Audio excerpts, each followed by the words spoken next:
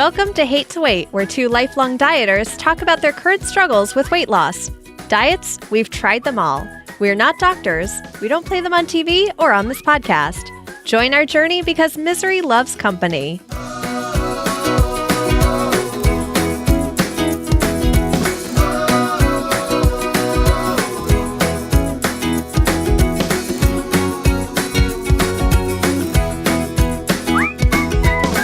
Hi, John.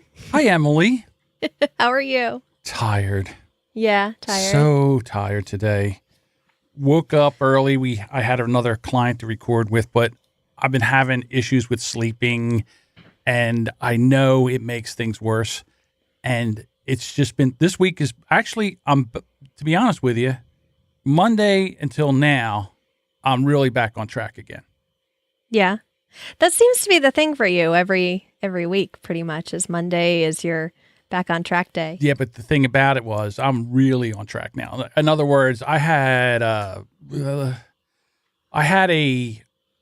point where I was like really, really in trouble. I couldn't get back on the plan. I was always falling off the plan. And I go through these portions of, faking it to make it or trying different things.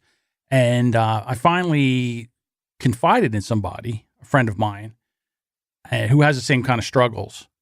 And she really kind of laid it out. We talked it over. And then, I kind of, now where I am is it's one day, one meal at a time. I don't think about anything else. Because if I try to plan into the future, for some reason, it just throws me off. So I got to have a blinder right now. I have to have blinders on. These are when I'm going to be eating. This is what I'm going to be eating. And I take all the guesswork out of it. And it started on Monday. And because I thought I was going to have to come on here and tell you I gained weight, which was shameful. And then, but to be honest with you, since I really got back on the one meal, one day at a time, take all the focus off of everything else, keep myself busy with other things, I actually, I've done a lot better in the past 3 days. So the thing about it is, what I plan on doing normally works if I stick to it. How about you? You've got a lot of stress going on with you right now. How are you doing? Yeah, this week is tough. So Mark was away for a few days. And like a lot of things just threw everything off. So Mark was away for a few days. And like I said on the show last week, I kind of forgot to eat for a few days. I mean, not like forgot to eat for a few days, but for a few days, it was 4:00 in the afternoon and I would realize, oh my gosh, I have to eat. And it's weird because you get to a point in fasting where if you fast for too long, your hunger just kind of goes away and then you can't eat. And that's what happened to me 2 out of the 4 days he was away. Was I waited too long and then I would try to eat and be like, I only want like half of this. And the thing is, that's what screws up your body and your chemicals and your hormones, and it makes you retain weight. So I thought at the end of those 4 days, well, I didn't have as many calories. I got back into that calorie mindset of just like, well, I didn't eat as many calories. I must have lost weight.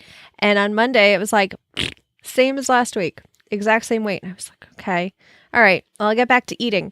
And then yesterday, what happened was I woke up and I was fine and I was waiting for my window. And then around midday, right after I ate my meal of the day and opened my window, I started having this allergy attack, what I thought was an allergy attack. And I took an allergy pill. And after an hour, I'm still sneezing and my nose is still running. And I'm like, oh no. Like, this isn't good. The allergy pill isn't working.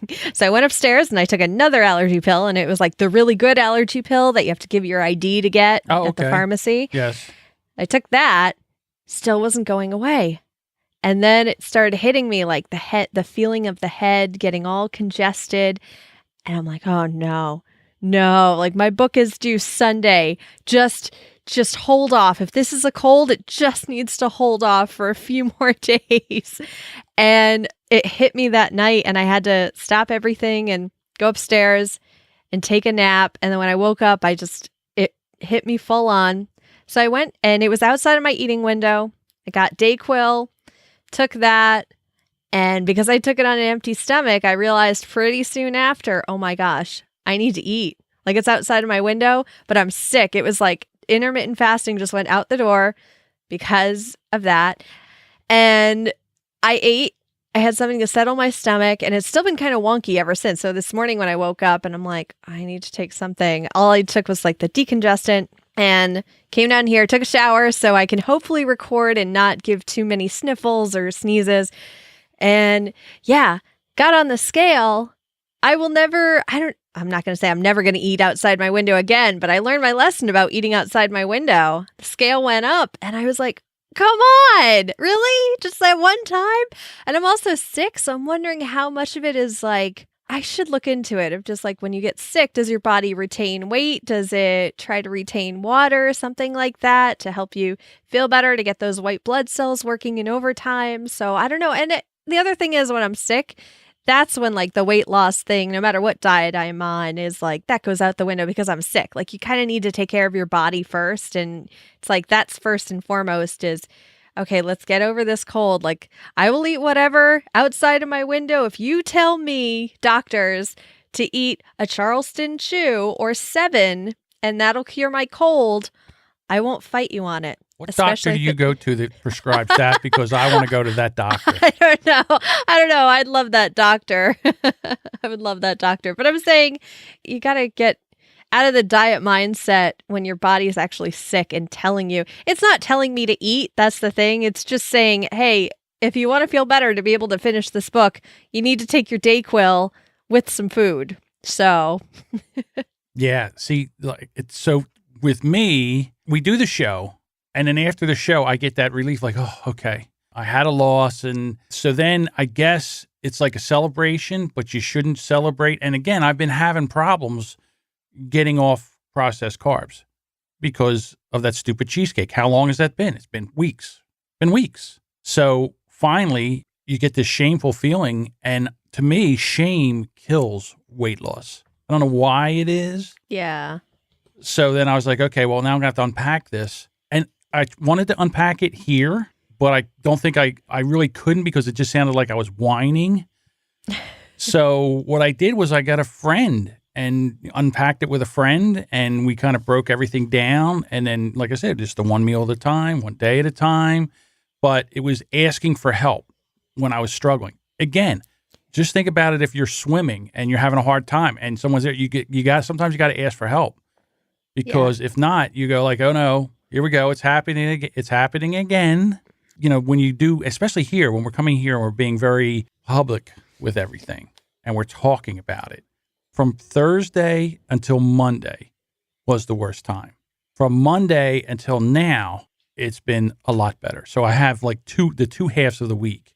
The first half of the week was horrible. By Monday, I said, okay, we're going to start this one meal, one day. Make sure I'm eating, set alarms, because I did the same thing with you. Remember, we had the mastermind call. Yeah. And I forgot to eat, and here it was 7:00 at night. Now I can't. I have to wait till the next day. And that shuts things down too, because if you don't eat enough, your body, it shuts down your metabolism. Yeah. So I know that if I use intermittent fasting. I think we'll just refer to it as IF from now on. Thank you. It's been 11 episodes. Let's just IF it. IF it. So if I use IF with a ketogenic diet, it works for me. I cannot eat processed carbs. My body, it holds on to processed carbs like it's gold. It will not let it go. And for some reason, if I keep my fat content up, my protein and carb count down under 30 grams, it works. So I just have to do it. One meal, one day, reach out for help. The Facebook group has also been, I was almost opened up the Facebook Live and went in and talked at one point, but then I just felt like I was whining again. So I don't want to whine, but sometimes you struggle and you need somebody to listen and you need somebody to help you. And I have that now. I have a confidant that I can use that is on my side, and we worked through it. So it was great. That's awesome. You know, it's also funny when you think about dieting and how you're saying one meal, one day, doing that one day at a time. Because when you look at dieting, and once you're in the thick of it, once you're already in that diet mindset and you've been dieting for a few weeks, just the thought of continuing and all those other weeks coming and all those meals you have to make and all the thinking that goes behind looking up recipes, looking up carb counts, all that stuff. That's happened to me where it's overwhelmed me so much that I'm like, it's so much easier just to say, screw it. So much easier.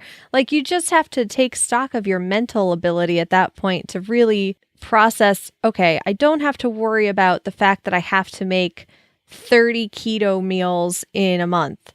I have to worry that I have to make one today. And it's hard to do that, especially with people like you and me, where I don't know if it's ADHD, but we look ahead to the future. We kind of see projects as a whole project. We don't see it as tiny little pieces until we actually sit down and start deconstructing it. Well, I guess in a way, at certain things, I'm a defeatist. In other words, like, I'll look at something and I'm like, I'll never be able to do that. I don't have that where, okay, if I break it down in part, I already defeat myself before I start. Like this week, I said, oh, how do I get out of this podcast? But again, I love this podcast. I love doing this podcast. I really do. I know that. But at the point, I was like, I don't think I can fail again publicly. So then at that point, I said, all right, so don't fail publicly. Let's figure out how to make this work. Let's break it down. Let's go little tiny baby steps. Let's keep it going. Let's keep it rolling. And let's find out, fake it till you make it, make your own motivation from what we talked about last week, and see if I can get back on track again. Or you're going to have to come on this show here and whine and cry about it, which I didn't want to do either. I thought the same thing too, especially last night when I ate. And the funny thing was, I felt guilty. Like there were just two sides of me and they were both screaming at one another, just like, you have to eat. You're taking medicine. You have to eat. But it's not in my window. And I've been so good. And this is a slippery slope. And this just means I'm going to F the rest of the diet. But you have to eat or else this medicine is going to make you sick. And the weight's not going to matter at all because you're sick. And it was just that struggle. Yeah, it's going to take you, out of the window for longer. It's almost like an injury. Having an illness is almost like an injury. You're going to have to rest. And if you have to eat during medication, okay, maybe not Charleston Chews. Maybe we can find something that will work, that'll be more in your. But see, the problem is I tried to do it. See, I got cocky. I was like, well, look at Emily. She's doing all this and she's not, she's having success. She's eating bread. She's eating this. She's eating that. And I said, well, let me try it. No, it did not work. My weight loss is also slower than yours because I'm not ready to do the full commitment to keto. Like, I feel like my average for this show is 1 pound per episode, pretty much. That's 50 pounds a year. I know. Okay. I know. Okay, so we don't weigh ourselves till the end. I don't know if we should move it up and do it first so that we can talk about it. I don't know. We'll talk about that later. But I'm going to give you, when I stepped on the scale on Monday, I looked down and I was 6 pounds heavier than I was on Thursday. Wow. 6 pounds. And I was like, how do I get out of Thursday? I'm never going to be able to lose 6 pounds by Thursday. There's just no way. I'm going to have to come in here and say I gained weight, walk of shame, with my shoes in my hand and my shirt tails out, my hair all messed up, that walk of shame back to the car. Well, we'll talk about what actually happened, but that was what I was facing on Monday. And getting back on, focusing, I'm back on track, I'm back on plan. And this helped. If not, I might have just gave it the screw it and went back to doing what I normally do. Yeah. This helped. Somehow you have to have a group of people. You need a village. If you're trying to do this by yourself, if you're struggling like I am, you got to get a village. I don't know where, who, how. It's out there. There's online, there's in person. I don't know about Weight Watchers or all that other stuff. Find people that you want to do the same thing with. That way, they're not telling you you're doing things. You're doing it wrong. You're doing it wrong. Find people that are doing the same program you are and get in there with them and do it. You need help. You can't do this by yourself. You know what also helps me is actually going into the Facebook group and seeing other people's wins when they're posting that. Yes. I'm just like, oh, that is so great. I'm so proud of them. And it doesn't make me feel like, because we did Winning Wednesday yesterday in the group, and I remember thinking that was right when I was starting to feel sick, being like, I'm so happy for them. That's great. And thinking like, I don't really have a win. And then I remembered one as we were recording. I bought a belt. I actually bought a belt for those pants that I bought that kept falling down. And I fit into the belt too. So I was like super proud of that. It's still on the first loop, I guess, whatever they call it, the first notch in there. So, but the thing is, the last time I had a belt and I was losing weight, that ended up being more my guide than the scale, is what notch am I on that belt. Right. So that is huge. I think that works well. It's the same thing as using a measuring tape. Yeah, it is. Let's talk about some of the other wins. You had a win this week. I did have a win this week. Which one was that? You did. You missed this was Tuesday. You missed your eating window and you held off until it opened again. You were good about holding off. I did. And you did day 3 with no processed carbs. Right. I haven't had any processed carbs since Monday. Oh, wow. Right. That's incredible. When you think about just how much is processed, that means no pizza. I don't want to list everything because it'll just make you sad. But I mean, when you look up what's processed, because I looked into that too, of I shouldn't do processed foods, and then seeing I would have to give up pizza. No. Not really, just the crust. Yeah. See, because I do have pizza, but I don't eat the crust. I take everything off. It still tastes like pizza. It really does. Yeah. So I still have pizza. When I was doing Trim Healthy Mama, I did the same thing, and I would take everything off and I put it on a salad, and you weirdly get used to it. But we had some other wins. We actually have a new person in the group listing their wins. This is Todd. He said he worked in Pittsburgh and he takes walks on his lunch break no matter the weather. And this was actually in response to Dave Jackson talking about he likes to start off his day walking around the neighborhood, and it was raining, and he could have easily said, oh, bummer, but instead he got this thing called an umbrella. And he's also down almost half a pound for the week. And I think he took my advice about the hamburger diet, so I need to go back to that. But yeah, good job, Dave and Todd and John, for your Winning Wednesday posts. And Daniel Repolz he has a podcast. He hasn't done an episode in a while, but he has the Toe on the Trigger podcast. And, he is fighting it. He's having issues in his life. Things have changed. He has big changes in his life. Yeah. And like right now, it's one of the hardest things to do is to try to do too much. Did he go keto? He said he was working on. He thinks he says he wants to do keto. And I think it'll lost some weight. So I think it'll work for him, but yeah, it's tough. I'm not going to lie. It's tough. It's a tough thing. It's super tough. And then Lisa, this was in the group. She has the podcast, I Shake My Head with Lisa and Sam. She found that Halo Top ice cream. I know. And I looked at it, and it has too many carbs for me. I can't eat it. Too many carbs.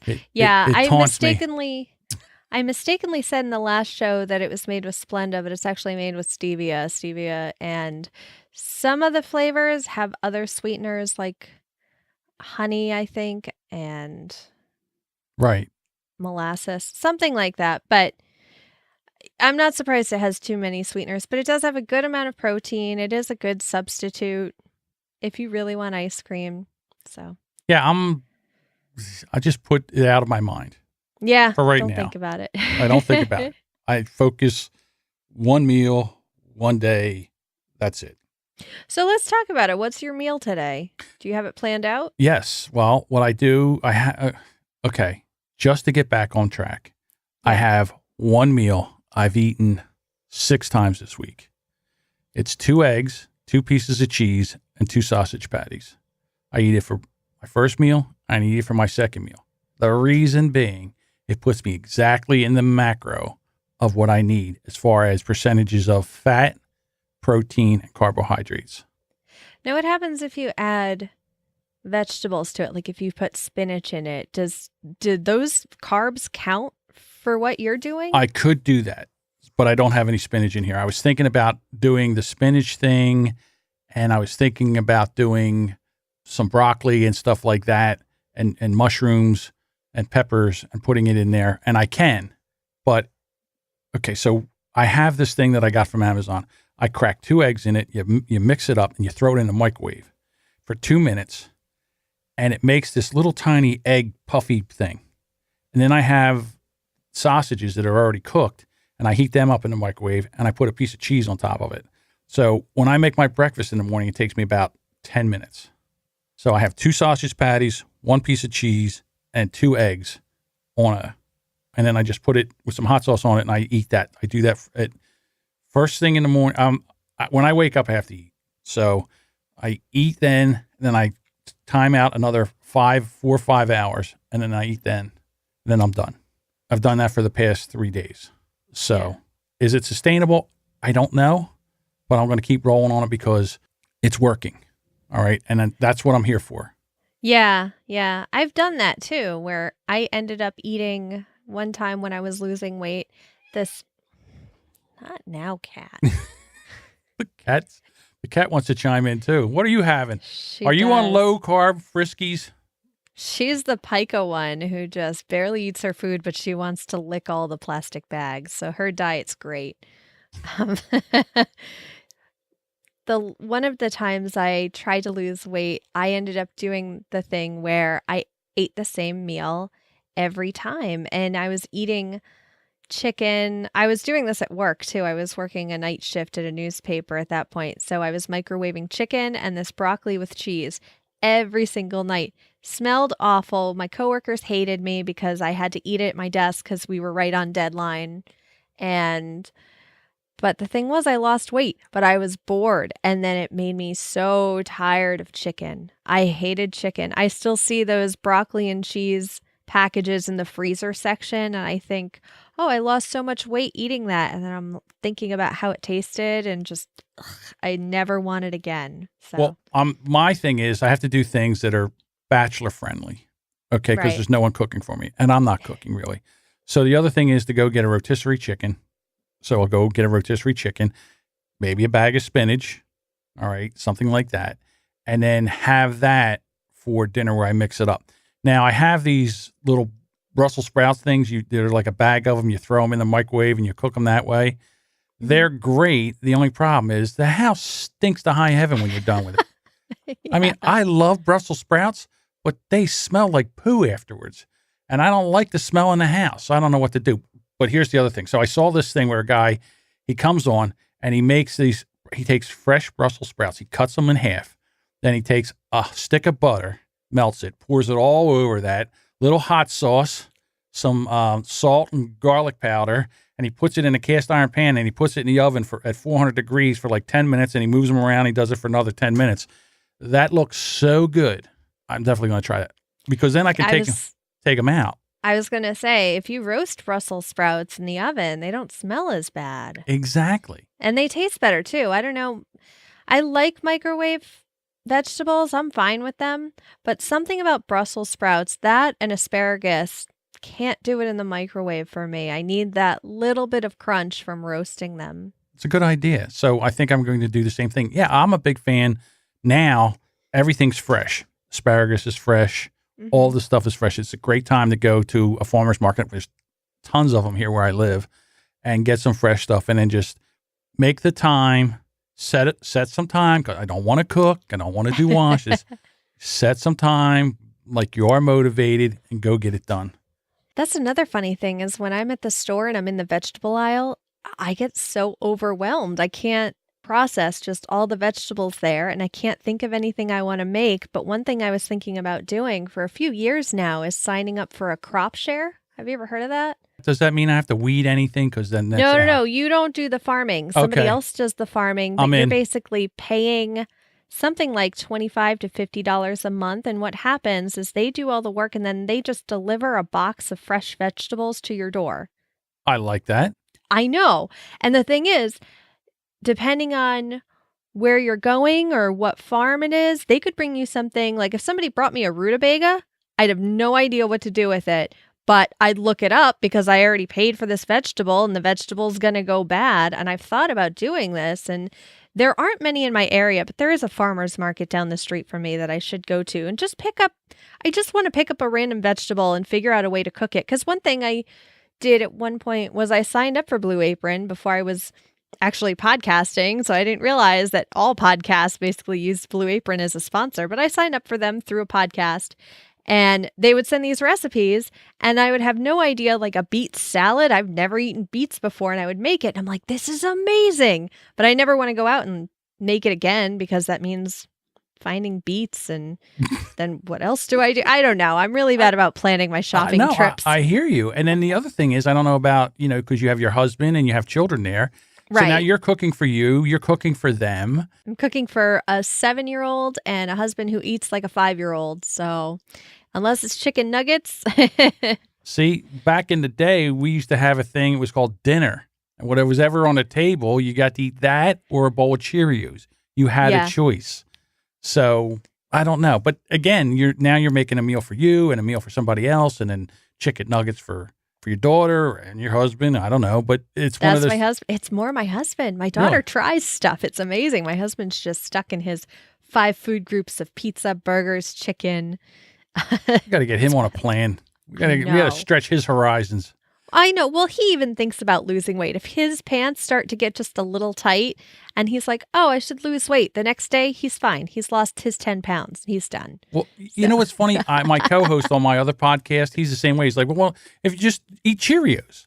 And I'm like, see, you don't understand. You can eat Cheerios. You can have a bowl of Cheerios and you'll be fine. Not me. I eat half a box of Cheerios. I have a thing, portion control. I cannot just I can't be on the Cheerio diet. He's like, oh, when I get a little, my pants get tight, I just eat Cheerios for a couple of days and I'm fine.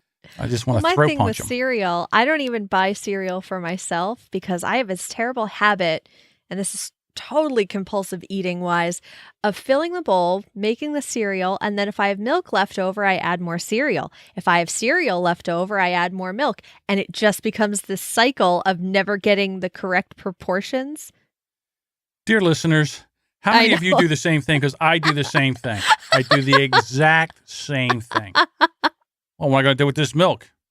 Needs more cereal. Add more cereal. Yes.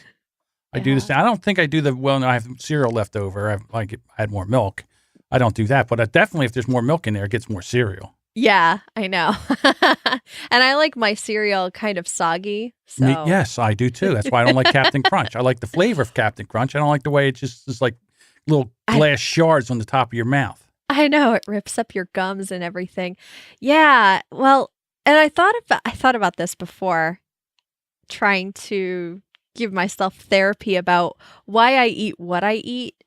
And one of the things is I really don't like crunchy foods because a lot of the time growing up, I would come home and I'd get home from school and I'd turn on the TV. At that point, you had to get up to turn the volume up or down. So I chose a lot of non-crunchy foods because I could eat that without having to turn the volume up on my TV. So a lot of non-crunchy foods is crap. It's absolute crap. So, fruit roll-up or a carrot? Well, a carrot, I would have to turn the TV up. I'll go for the fruit roll-up. That's fine. So yeah, a lot of bad habits stemming from childhood. That's funny. I never thought about using because of the TV. But I'm more of a soft food person too, but a lot of people are texture eaters. They can't eat mush. Yeah. They have to have some kind of texture. Hey, I was reading this article that you put in here about lean cuisine. Oh, yeah. And I just come to the conclusion that you can't make everybody happy. No, I put in an article in our notes. I was going to talk about it, but then the cold happened and I was like, well, I'm going to end up talking about that. But lean cuisine did this thing where it used the hashtag it all, talking about women having it all.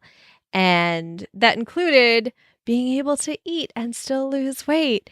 And people were pissed. I mean, the dieters and the diet marketers, they really have to figure out a way to diet without trying to sound like you can have it all, but only if you're thin. And it's really hard to put that out there. I don't know. I just thought it was interesting that people were pissed off at this hashtag that they tried to start. Well, I don't think they want body positivity, whether, as long as you're okay with your body, which I'm okay with all that. Yeah. But what happened, it really didn't have anything, not one thing in their campaign had anything to do with weight. It was like women empowering women to make choices about what they want to do because women have a tendency to put themselves last instead of putting themselves first. And I thought, wow, what an empowering message.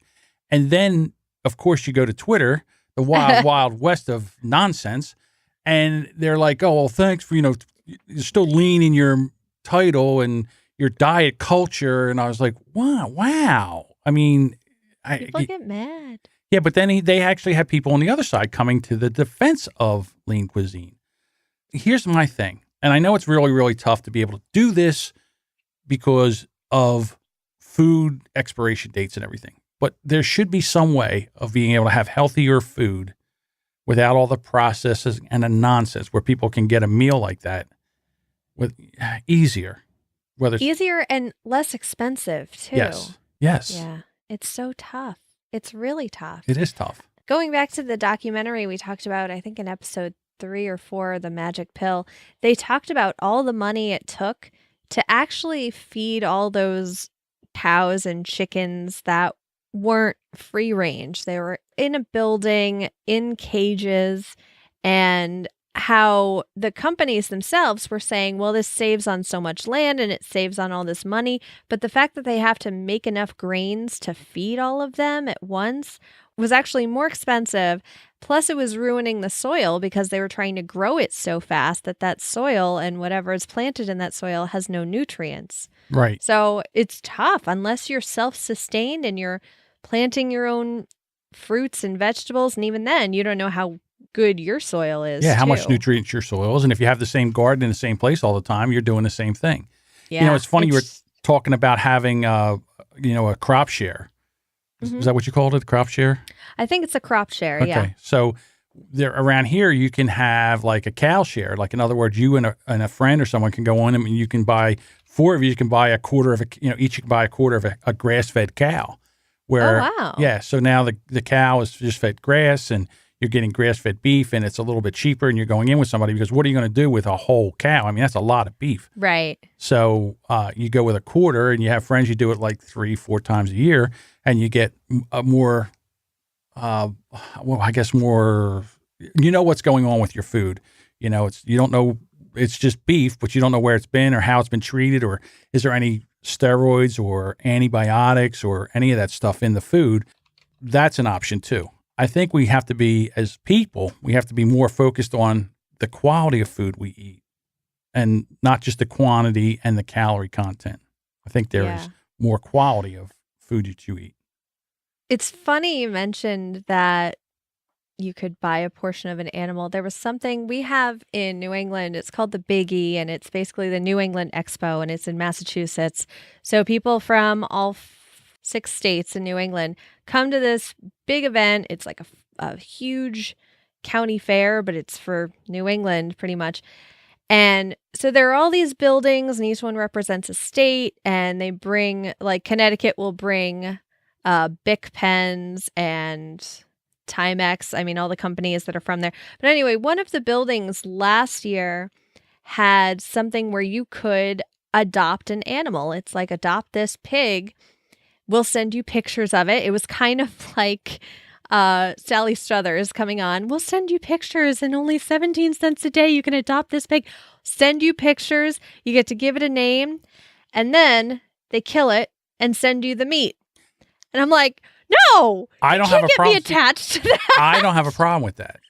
You can't get me attached and send me pictures and let me name it. Like, no, you can't. My oldest daughter just got a house, and in the back, she has horses, but it's got some property and it has grass there. And I said to her boyfriend, I said, hey, listen, you ought to get some cows and raise some grass-fed cows here. And my daughter's like, I wouldn't be able to eat that. And I said, I would name it, like the one would be named T-Bone, the other one would be named Porterhouse. Next time we would get them, there'd be ground beef and spear rib. I mean, it's one of those things where I don't have a problem with that. I guess I kind of grew up in that era where you still, they were, but I understand where people now, they raise potbelly pigs. They keep them in the house.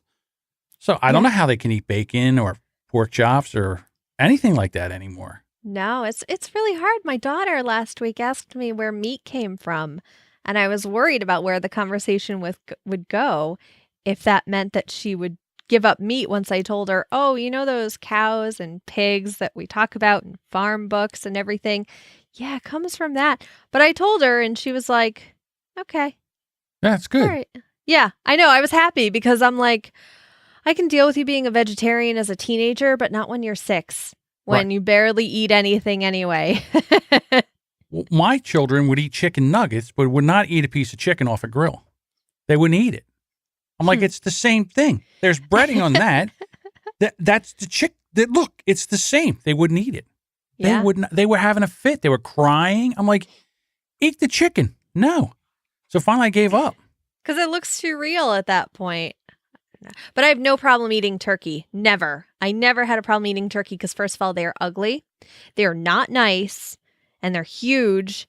One of them, it crossed in front of my car and pecked at it. I had to stop the car in the middle of the street for it to walk across. And then I hear like, tin, tin, tin.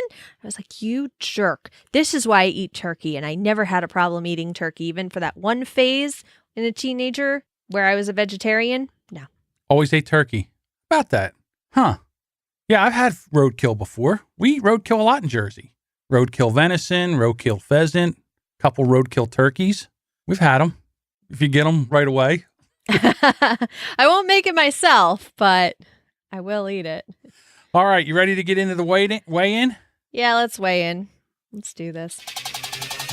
Let's go!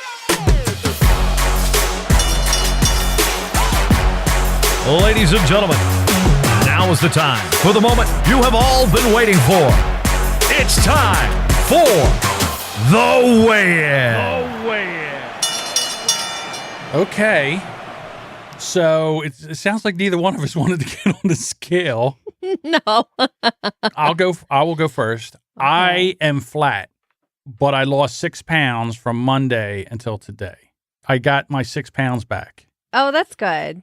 So good. I thought I was going to come in here and have to post a gain, but I got on the scale this morning. And I don't know about you, but like in the morning I get up and I make sure that I go to the bathroom. Yep. I do all that stuff. I take everything off. I'm standing on the scale and I'm like, I put 1 foot on the scale at a time. I get on slowly. Like, I'm like, hey, come on. Good numbers. It's like a game show. It's like no whammies, no whammies. Yeah. So I'm flat, but it could have been a lot worse. And I feel like I'm back on track because when I get done here, I'll have my second meal because I'm all out of whack because of my work schedule. Yeah. And then I'm done. I'm done until tomorrow. And that's it. There's no more thinking about anything. I already have my meal for tomorrow all planned out. That's awesome. All right. You're all set. How about? How bad? It is +1. Okay. So I gained a pound. I'm okay with it because I'm sick. Could like- be. Yes. Not too worried about it. You got to get healthy. It'll come Yeah. back off. It's not a big deal. It's a pound. It's not even. I know. Well, they always say, I hate when they say this, but it's like 3,500 calories. It's only 3,500 calories. That's in a pound. That's what they use as a reference for pounds. But I don't believe in that, but I think you will be back on track next week. Everything will be fine. Yeah. And I mean, even with 3,500 calories as a pound, that's the food that you eat. But the pound could also be water. That's It could true, be too. water weight. It could be my body just holding on to whatever fat it has to be able to fight whatever this is. Be It honest could be with the me. stress. How stressful was this week for you? This week is stressful. It's really stressful seeing that deadline of my book getting closer and closer, finishing a chapter, and wanting to celebrate, but then realizing I have another 20 or so chapters to do. And the nice thing is, like, I am keeping track of it really well. So I have a spreadsheet that I put in the number of words I wrote in a chapter, and it boosts my little percentage up of this has how much of the book you finished, and this is how many words you have to go. And it's just one of those, it's very much like dieting where I'm watching those numbers like crazy and obsessing over them and thinking, oh, well, it's great that I found out that paperclip is 2 words instead of 1. So let me go back to that chapter, do a find and replace and add to that. But, once that's over, there's going to be this huge weight off my shoulders. And hopefully that'll show up on the scale too. I believe it because cortisol is a stress hormone. And it also is a blocker. So when you are stressed, your body holds on. It's in survival mode. So your body's holding on to everything. Your metabolism kind of adjusts to that. And I think that that's one of the issues you're having right now too. So I say you're doing fantastic. You're staying within your windows and all that stuff. And I'm, to be honest with you, I'm proud of you this week. Very proud. Thank Even you, with John. even with that, I don't think it's a big deal. I think it's you're going to have a whoosh once this book's over. Yeah. I'm going to have a whoosh. I'm going to go to Shark Week. I'm okay. It's like I'm prepared for Shark Week at this point. I'm just like, whatever. It's fine. It's fine. The scale's going down. My clothes are fitting better. I did post in the group about podcast t-shirt day and how I took a bunch of selfies because I did not realize I have 18 podcast t-shirts. So I wanted to wear them all. And I just kept taking selfies I think I took so many and that I wanted to post them and do a little project I was doing that I stopped caring. I stopped picking apart, oh, I have a double chin in that one. Oh, that my neck looks fat in this one. Oh, my hands are showing and they're not as thin as I want them to be. Like that just went away. That had to go away because I wanted to do this project so bad. So, yeah. I saw the pictures and you look great in them. And aren't they looser? Yeah, they're all looser. All my shirts are much looser. And there was one that I just bought and it came that day and I put it on and it was an extra, extra large. And as I put it on, I realized I could have gone down a size. So I there would you have been go. fine. I know. So, yeah. So you're It winning. was a good week. Yeah, those are my wins. It was a good week. We're still doing it. We're still doing it. We're still here, everyone. All right. Thanks for listening to Hate to Wait. For more information, you can visit hatetowait.com for show notes and links to anything we've talked about in this episode. If you'd like to join us on our journey and be part of your journey, come on over to the Hate to Wait discussion group on Facebook. Just go to hatetowait.com/Facebook. Emily, thank you so much. And let's do this again next week. Yeah, let's do this.